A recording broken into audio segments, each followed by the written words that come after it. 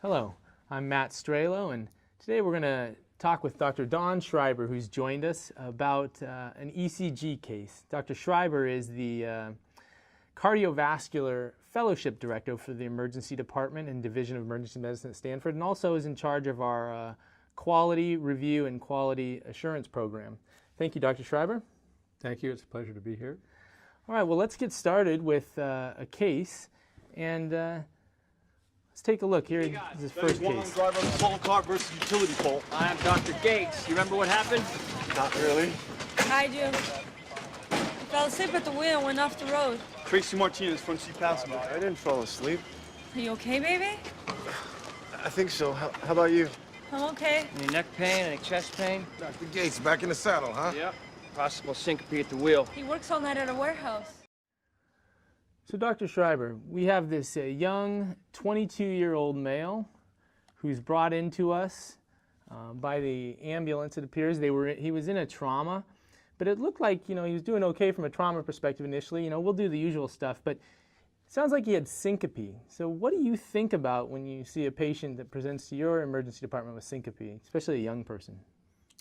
Well, in young people, syncope is usually fairly benign, but this was kind of an ominous syncopal episode in that he was driving a vehicle and then was involved in a motor vehicle accident. So that sort of puts it into a much higher risk category, and you have to think of more serious conditions, and the number one on the differential would be a cardiac arrhythmia. So you'd start with that after your initial trauma assessment of the ABCs, etc. That would be the number one thing to consider at this time. So cardiac arrhythmia, what other things that are maybe less dangerous or less concerning do you think of when you think about syncope? Well, there's things like dehydration, drug-related issues is another possibility. Another common cause of syncope, especially in young people, is vasovagal or from acute pain or a fearful event, although driving a vehicle, that's not necessarily going to be the precipitant per se. So those are the major things. Of course, rarely a more serious event is an acute neurological event or a seizure, which was unwitnessed, and you're dealing with just sort of the postictal phase. So that's another possibility that will have to be sort of sorted out in your differential. So it sounds like, given this patient's kind of initial circumstances around it, being in a car and it seemed to be happening pretty fast where he didn't pull over or anything, cardiac arrhythmia or dysrhythmia is pretty high on your differential, at least concerning. Yeah, absolutely. For example, typical vasovagal or orthostatic syncope, the patient often has warning symptoms. They sort of feel dizzy first. There's a prodromal phase, graying out of their vision, and then they pass out. But to have an acute loss of consciousness with no warning and resulting in an accident, so in other words, the patient couldn't even do any preparatory protection to avoid the accident, perhaps, is very, very worrisome for either a cardiac arrhythmia, which is more likely, possibility of seizure, although there'd be more evidence for that since there was another passenger in the vehicle who would have witnessed a seizure-like activity. So Dr. Schreiber, what sort of evaluation do you do in a patient like this with syncope, in addition, obviously, to his trauma workup?